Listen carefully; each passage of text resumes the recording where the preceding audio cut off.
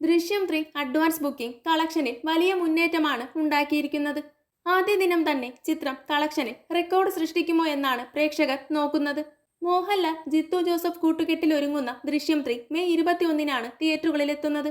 മോഹൻലാലിന്റെ ജന്മദിനം കൂടിയാണ് മെയ് 21. ആഗോള കളക്ഷനിൽ ദൃശ്യം 3 മലയാളത്തിലെ ഇതുവരെയുള്ള റെക്കോർഡുകളെല്ലാം തന്നെ തിരുത്തി കുറിക്കുമെന്ന് പ്രേക്ഷകർ ഒന്നടങ്കം പ്രതീക്ഷിക്കുന്നുണ്ട്.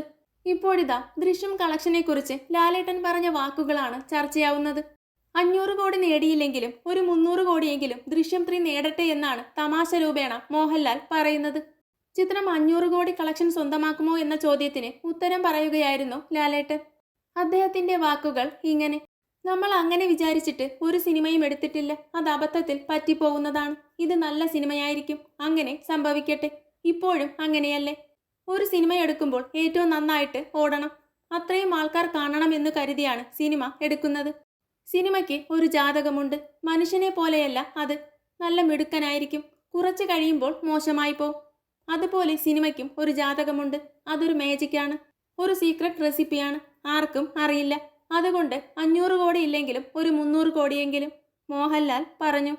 അതേസമയം ആദ്യ ദിനം തന്നെ പോസിറ്റീവ് അഭിപ്രായങ്ങൾ ലഭിച്ചാൽ ബോക്സ് ഓഫീസിലും ചിത്രം ചരിത്രം സൃഷ്ടിക്കുമെന്ന് ഉറപ്പാണ്.